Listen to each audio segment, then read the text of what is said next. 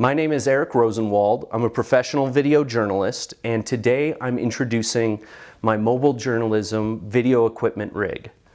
Now, to start off, I should talk a little bit about what mobile journalism means. It's a relatively new term in the industry, and it refers to the use of mobile devices like iPhones or iPads in conjunction with high-speed cell phone data networks to transmit the news. Now, that includes using websites like Twitter or Facebook to type out text updates on news events. But today I'm more focused on the video side of this. So what I'm going to do here is walk you through the equipment I use, why I use it, and how I use it. First and foremost, you need a stable platform to record your video on. And that means a tripod or a monopod that you can see I have strapped in here. Preferably you would use a tripod. A monopod is good for situations like when you're in a crowd or some sort of tight space and you need something to keep your camera stable, but you don't have much room. In general though, I would go with the tripod because you don't have to hold on to it. You can leave the camera just sitting there. Now, the second important thing to keep in mind is that you need high quality sound. And so you need an external microphone. Smartphone microphones are very good nowadays, but if you want a professional quality sound, you need to have some kind of external microphone. You also need an external battery pack. Recording video can consume a lot of battery power. You need to have something to charge up your camera and any other peripherals or equipment that you might have. You can't assume that you're going to be near a power outlet or a car where you could charge these devices up. So this is a fairly large power bank made by RAV Power. I highly recommend them. They're very durable.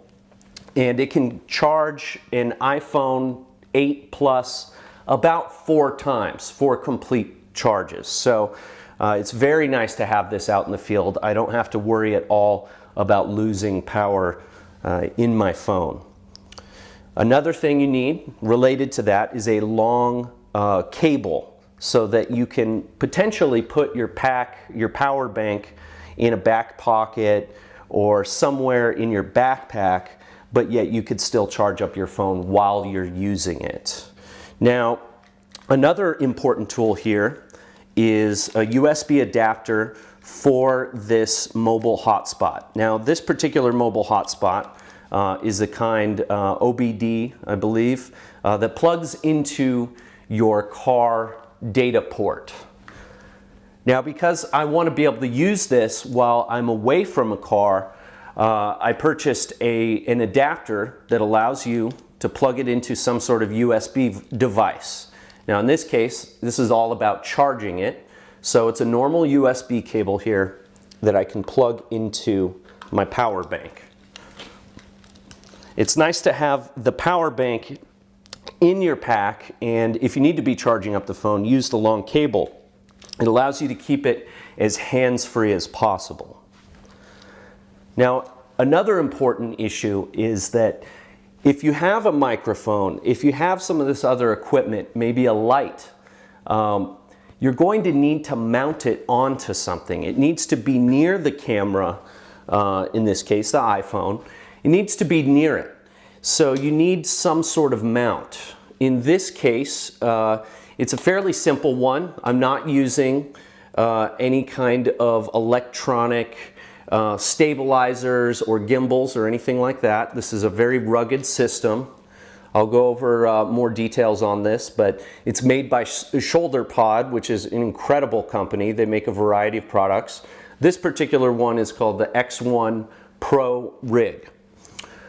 Now, as far as the microphone, this particular one is made by Rode Microphones. They're an Australian company, and I really highly recommend the Video Micro made by them. It's a fairly affordable microphone. It's $60, but you also need a special adapter cable to be able to hook it up to your smartphone. That's an extra 15 bucks, so you're looking at about $75 out the door. Now, because we're using this external microphone, we need it close to the camera.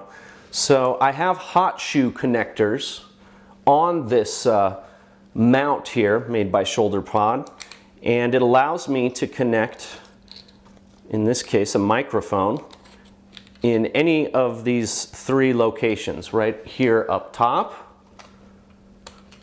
on the side,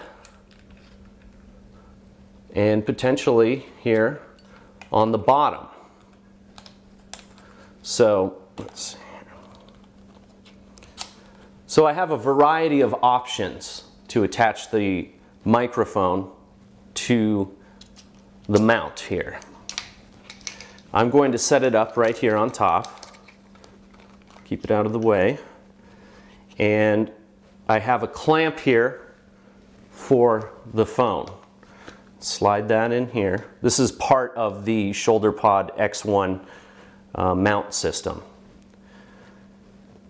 So at this point, I have the basics down. I have the mount, I have a stable platform, I have a grip here that I can hold this with my hand, which, remember, you need to really use a tripod or a monopod, but if you absolutely need to, you can just use this handheld mount.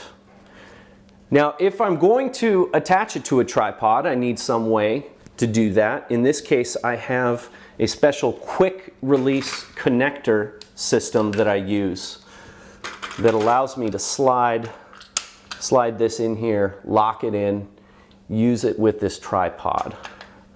I'm going to keep it separate for now. As far as your microphone is concerned, like I said, I recommend the Rode Video Micro here. But there are a variety of microphones out there that you can get.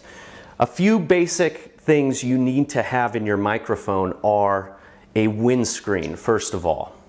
Now, a windscreen muffles the rumbling sound that you get from wind as it passes by the microphone. If you don't have this, as the wind passes by these areas here where the microphone picks up the sound, it creates a very loud, annoying, terrible rumbling sound that will ruin your shot. You need to remember that while we're dealing with video here, audio is half of the equation here. So you need high quality audio. So there's the windscreen. You also need some kind of shock mount. You'll be in situations where you'll bump your equipment. Normally, if you have a microphone mounted in something hard, mounted to your gear in something hard or rigid, just bumping anything on that equipment will reduce or introduce a loud booming sound, not that dissimilar from wind going over your microphone. So these two items here, the windscreen and the shock mount, are very important. So even if you don't go with this microphone, you need to make sure your microphone has these things. If you're in a studio, it may not matter as much, but since we're using this equipment for journalism, we will have it out in the field. It will get dropped, it will get bumped.